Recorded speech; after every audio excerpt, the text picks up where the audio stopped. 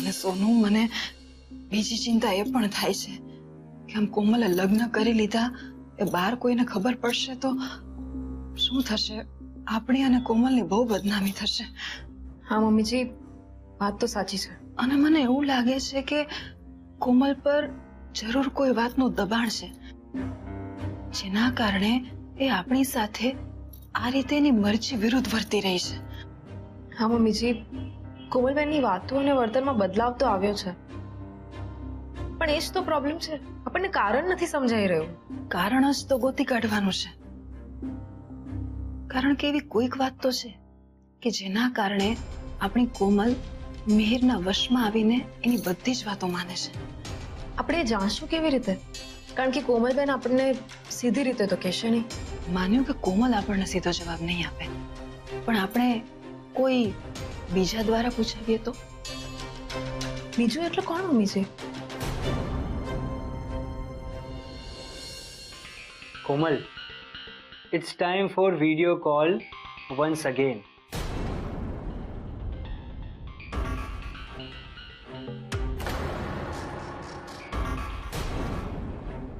Excuse me? આ શું છે? મારું જવા દે. ત્યાં શું માંડ્યું છે? દર કલાકે કોમલને વિડીયો કોલ શાનો કર્યા કરે છે? મારી મરજી.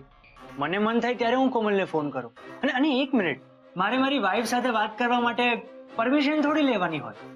ઓ પરમિશનની સગલી. હવે તો એ મારી દીકરીને જરા જેટલી વધારે હેરાન કરી છે ને તો આ સમાજ, દુનિયા કે મારી દીકરી કોમલની પણ પરવા કર્યા વગર તને તરત પોલીસને હવાલે કરી દઈશ. તો કરી દો મને પોલીસના હવાલે. મને ટાઈમ શું કામ આપો છો? આ ટાઈમ હું તને નહીં, મારી જાતને આપી રહ્યો છું.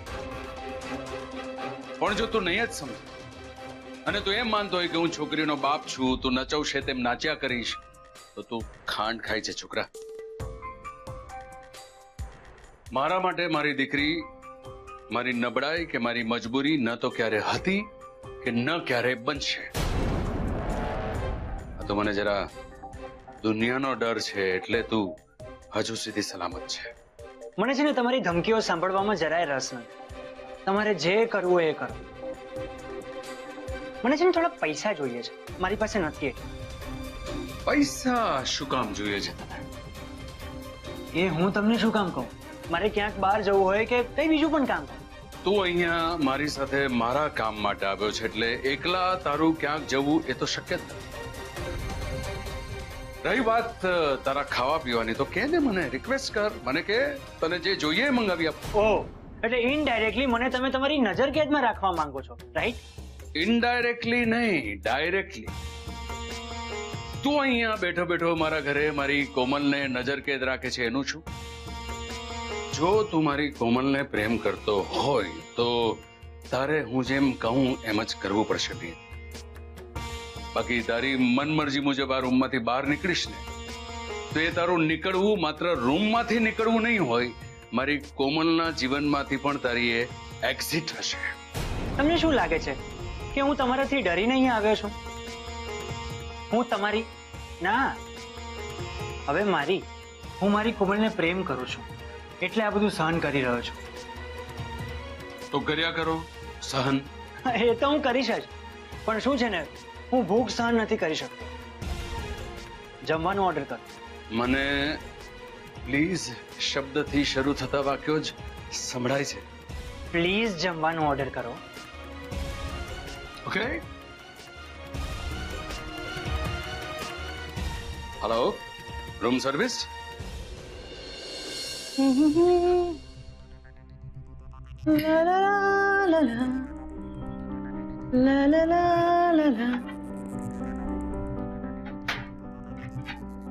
સવિતા, આવો આવો બાપુ આવો. ઓહો માધુરી, કેમ છે તું? એકદમ ફાઇન. તમે કેમ છો? બહુ દિવસે ભૂલા પડ્યા તમે તો. આ જયરાજ ફોન જ નહીં કરે તો મારે ભૂલા જ પડવું પડે ને. સવિતા, ક્યાં છે તારા મોટા સાહેબ? મોટા શેઠ કંપનીના કામે હૈદરાબાદ ગયા છે. હું મોટી બેનને બોલાવું છું. હા, તમે આવો, બેસો.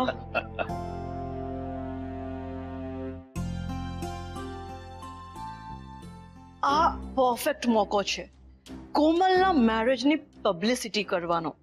શું વાત છે માધુરી? આજકાલ જયરાજભાઈનો કોઈ ફોન નથી, મેસેજ નથી, અને કોકિલાબેને પણ એક પણ ફોન નથી કર્યો. ઘરમાં તો બધું બરાબર છે ને? હવે તમને શું કહું, ઘરમાં બધું બરાબર ન હોય તો જ તમને ભાઈ આટલા દિવસ ફોન ન કરે ને. છેલ્લા થોડા દિવસ તો આ ઘર પર એટલા ભારે ગયા છે કે પૂછો નહીં. એવું તો શું થયું બેટા? વાત એમ છે કે થોડા દિવસ પહેલા એક રાત્રે કોમલ ઘરેથી જતી રહી. શું વાત કરે છે? ક્યાં જતી રહી કોમલ? એની બેનપણીને ત્યાં. બીજે ક્યાં? જય શ્રી કૃષ્ણ બાબુ. આયુષ્માન ભવ. જય શ્રી કૃષ્ણ બાબુ. આયુષ્માન ભવ. આ માધુરીબેનની વાતનું વત્તેસર કરવાની આદત છે ને, છોડાવી પડશે હો બાબુ. એમાં એવું થયું કે કોમલ એની બેનપણીના ઘરે આખી રાત રોકાવાનું કહીને મને ગઈ, અને મારે થયો સમજમાં થોડો ફેરફાર. તો હું સમજી કે મોડી રાતે કોમલ પાછી આવી જશે. એમાં વળી કોમલનો ફોન બંધ આવે, અને કોમલની બેનપણીનો નંબર પણ અમારી પાસે નહીં, તો અમે એનો સંપર્ક જ ના કરી શક્યા.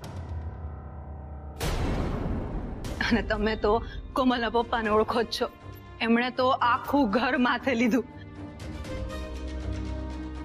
પણ સવારે કોમલ જેવી ઘરે આવીને એટલે બધું જ ભૂલી ગયા. કેમ, બરાબર ને માધુરીબેન? ઓહ યસ યસ, કરેક્ટ. તે તો માધુરી મને ડરાવી દીધું તો. આખી વાતમાં કોમલ ક્યાં છે? એ તો કોલેજે ગઈ છે. તો અચાનક આમ જયરાજભાઈ હૈદરાબાદ કેમ ગયા? અને એ પણ રાતોરાત કોઈને કયા વગર? એ તો એમને કંપનીના કામે અચાનક જવાનું થયું. સાચું કહે છે બેટા? કોઈ ટેન્શન તો નથી ને? બધું બરાબર છે ને? હા હા, બધું બરાબર છે. કેમ આવું પૂછો છો? બધું બરાબર છે બેટા. તો આ શું છે?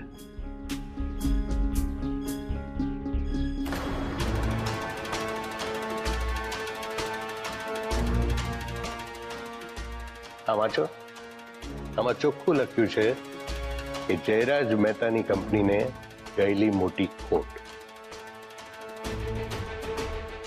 અને જયરાજ મહેતા કદાચ દેવાળું ફૂકે.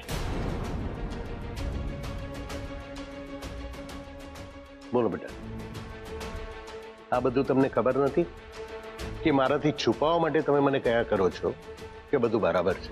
હા બાબુ, આ વાત સાચી છે. એટલે કે અડધી સાચી છે અને અડધી ખોટી છે. એટલે એકચ્યુઅલી હૈદરાબાદના એક ઓર્ડરમાં પ્રોબ્લેમ આવ્યો છે, પણ તમને ખબર છે ને, આ ન્યૂઝપેપર વાળા એ લોકો હંમેશા મીઠું મરચું ભભરાવીને બધું વધારે બોલતા હોય છે, એટલે. તો બેટા, આમાં જે અને જેટલું લખ્યું છે એ સાવ ખોટું તો હોઈ જ ન શકે ને? તમે કહો છો બધું બરાબર છે, અને બધું બરાબર નથી એટલે જ તો તમે સવારના છાપા વાંચ્યા જ નથી. અને બેટા, કાં તો વાંચ્યા છે તો હવે આ ઘર માટે હું પારકો થઈ ગયો છું, એટલે તમારે મને કંઈ કહેવું જ નથી. એવી વાત નથી બાબુ, તમે ખોટું ના લગાડશો. સવિતા, બાબુ માટે ચા તો મૂક. મમ્મીજી, ચા શું કામ મૂકવી છે? જમવાનો સમય થઈ ગયો છે, તમે જમીને જાઓ. સવિતાબેન, જમવાનું ગરમ કરી દો. ચલો તો હું જાઉં. પણ બાબુ, જમીને જાઓ ને. કોકિલાબેન, જમવા જમાડવાનો વિવેક તો પોતાના સાથે હોય. હવે નથી હું આ ઘરનો કે નથી તમારો પોતાનો, એટલે જમવાનો તો સવાલ જ ઉભો નથી. છતાં કંઈક મારું કામ હોય તો હું અડધી રાતે આવીને ઉભો થઈ જઈશ. માફ કરજો બાબુ, પણ સાચું કહું ને તો હા, થોડા મુસીબતના વાદળો ફરી એકવાર આ ઘર પર છવાયા છે. એટલે જ તમારા ભાઈ ત્યાં હૈદરાબાદમાં ધંધાકીય મુસીબતોનો સામનો કરી રહ્યા છે, અને અમે આ ઘરમાં આ બધી મુસીબતોનો સામનો કરી રહ્યા છીએ. હું જાણું છું કોકિલાબેન, તમે મુસીબતોના વહેણમાં સામા પ્રવાહે તરવા સક્ષમ છો. છતાં તમને જો આટલું ટેન્શન હોય તો મને એમ લાગે છે કે આ વખતે મુસીબતોનો પહાડ ખૂબ જ મોટો છે. સંભાળજો તમે.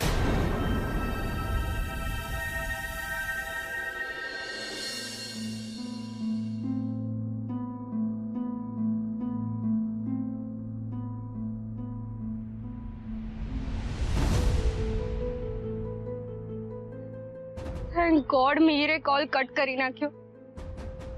કે આમ એક પળનો હિસાબ તો કઈ રીતે આપી શકીશું એને. ને મમ્મા શું વિચારતી હશે મમ્મા મારા વિશે? હવે આમ મારા માથે શું બેઠી છે? જા અહીંયાથી. મમ્મા તું જઈશ નહીં તો અમે લોકો વાત કઈ રીતે કરી શકશું? પ્લીઝ જા, અમારે એકલામાં વાત કરવી છે. અને કોમલ, જો તે આ વિડીયો કોલ કટ કર્યો કે મંગળસૂત્ર કે સિંદૂર કાઢ્યું તો તને ખબર છે ને શું થશે તે? શું થયું બેન? કઈ તકલીફ છે? ના ના કોઈ તકલીફ નથી. આ તો તને રડતા જોઈ અને ગળામાં મંગળસૂત્ર જોયું એટલે વિચાર થયું સાસરીમાં કઈ તકલીફ તો નથી ને? ના ના કોઈ તકલીફ નથી.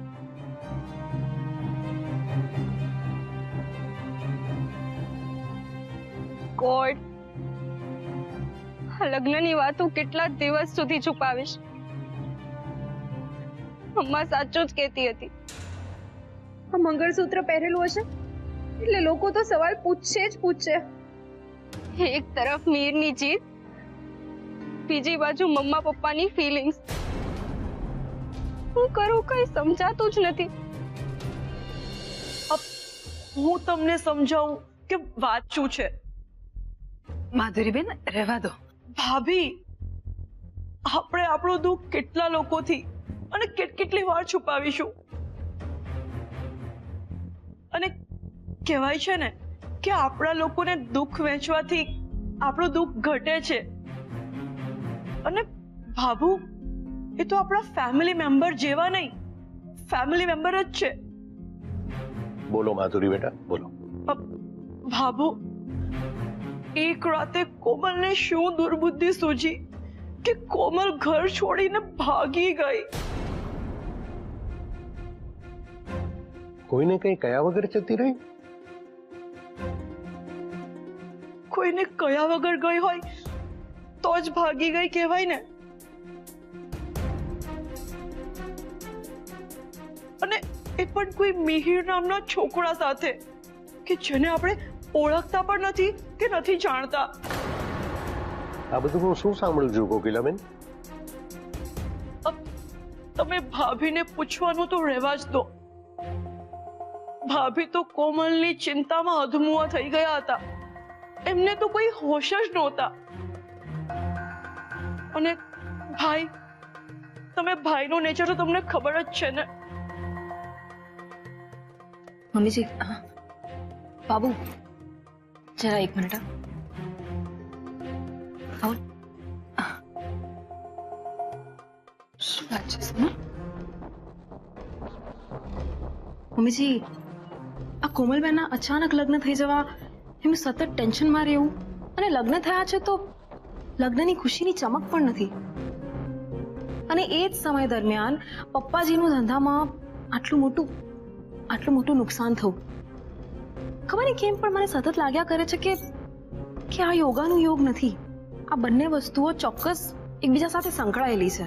આ બંને વસ્તુનું કનેક્શન છે. હા, જો આપણને એ કનેક્શનની જડ ખબર પડી જાય તો આઈ એમ શ્યોર આપણી બધી મુસીબતો સોલ્વ થઈ જશે. સોનુ, તારી વાત તો સાચી છે, પણ અત્યારે બાબુ બેઠા છે. પહેલા આપણે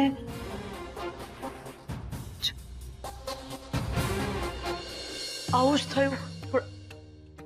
ભાભી, મારે જે ભાભોને કેવું હતું એ મેં બધું કહી દીધું છે. તમારે પણ કઈ કેવું હોય તો તમે પણ કહી દો. હવે તમે બધું કહી જ દીધું છે તો પછી અમે તો શું કહીએ. પણ બાબુ, તમારી માફી જરૂર માંગીશ. સાચું કહું ને તો તમારો દિલ દુભાવવાનો મારો કોઈ ઈરાદો નહોતો. પણ એક તો દીકરીની વાત, અને એમાં પણ આ બધું એટલું અચાનક થઈ ગયું ને કે શું કરીએ અને શું નહીં એ કઈ સમજાયું જ નહીં. કશો વાંધો નહીં બેટા, હું નીકળું છું. કંઈ પણ કામ હોય તો મને જણાવજો, હું તત્પર હાજર રહીશ. સૌ સારાવાના થશે.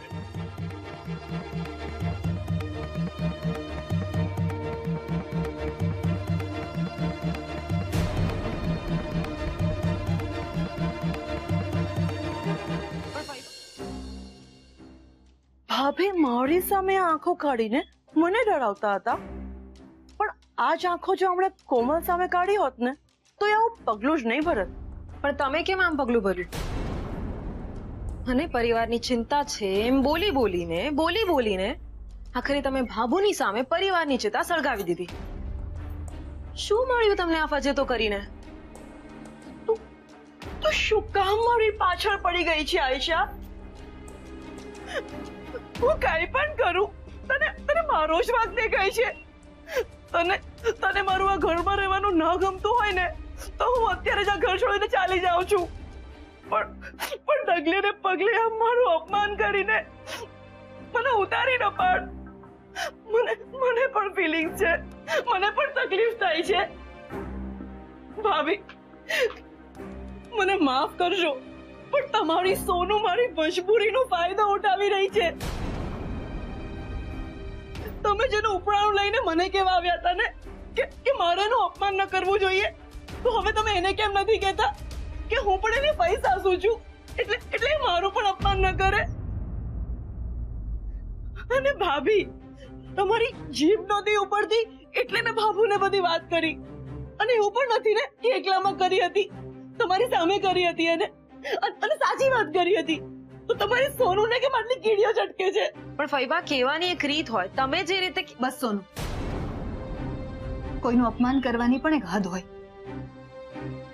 અને બિચારા માધુરીબેન કઈ બોલતા નથી એનો મતલબ એ નથી કે તું એમને ગમે તે બોલે. અને માધુરી ફઈબા ઉંમરમાં તારાથી મોટા છે, એટલે એમને કંઈ પણ કહેતા પહેલા મહેરબાની કરીને સમજી વિચારીને બોલજે. શું વાત છે? ભાભીએ તો સ્પિન બોલ ટર્ન લે એ રીતે મારા તરફ ટર્ન લીધો છે. મારા તો ઉઘડી ગયા. જે હિંમત આપણે ના કરી શક્યા એ માધુરી ફઈબાએ કરી. અને એમણે સારું જ તો કર્યું કે બાબુને બધી જ વાત કરી દીધી. તું વિચાર તો ખરા, આપણે કેટલા હળવા થઈ ગયા. અને તું એમને થેન્ક યુ કહેવાને બદલે આમ વઢે છે.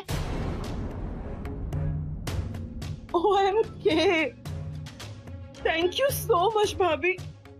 પહેલી વાર મને આ ઘર મારું પોતાનું લાગ્યું છે. બાકી તો આ ઘર, તમે લોકો, તમારું વર્તન મને બહુ જ પારકું ફીલ કરાવતા હતા. તમે એવું જરાય ના વિચારો બેન, આ ઘર તમારું જ છે અને અમે પણ તમારા જ છીએ. અને હું તો કહું છું કે આ ઘર પર, આરવ, કોમલ, સોનું બધા પર તમારો પહેલા અધિકાર છે. એટલે તમને જ્યારે જે લાગે એ કહેવાનો અધિકાર છે. બસ તમે મારી સાથે રહેજો અને જેમ આજે આપ્યો ને એમ દરેક ડગલે સાથ આપજો. અને હમણાં ઘરમાં જે પણ કંઈ બન્યું ને એ ટેન્શનમાં મેં પણ તમને ભૂલથી કંઈ કહી દીધું હોય ને તો મને માફ કરી દેજો. આમ માફી ન માંગો ભાભી.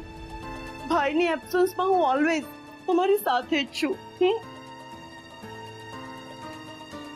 અને સોનું, કદાચ તને ગમશે નહીં પણ તારે ફઈબાની માફી તો માંગવી જ પડશે. પગે લાગે એમને. હવે આ ઘરમાં કદાચ તું મારું માન નહીં જાળવે ને તો મને ચાલશે,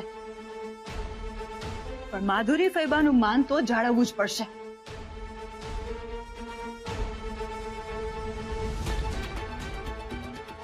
મને માફ કરી દો ફઈબા.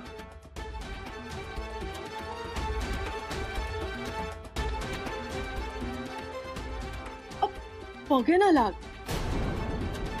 તમે તો મારા બચ્ચાઓ છો અને હું તો નાનપણથી માફ કરવામાં અને માફી માંગી લેવામાં જ માનું છું. હે ને ભાભી? હા બેન.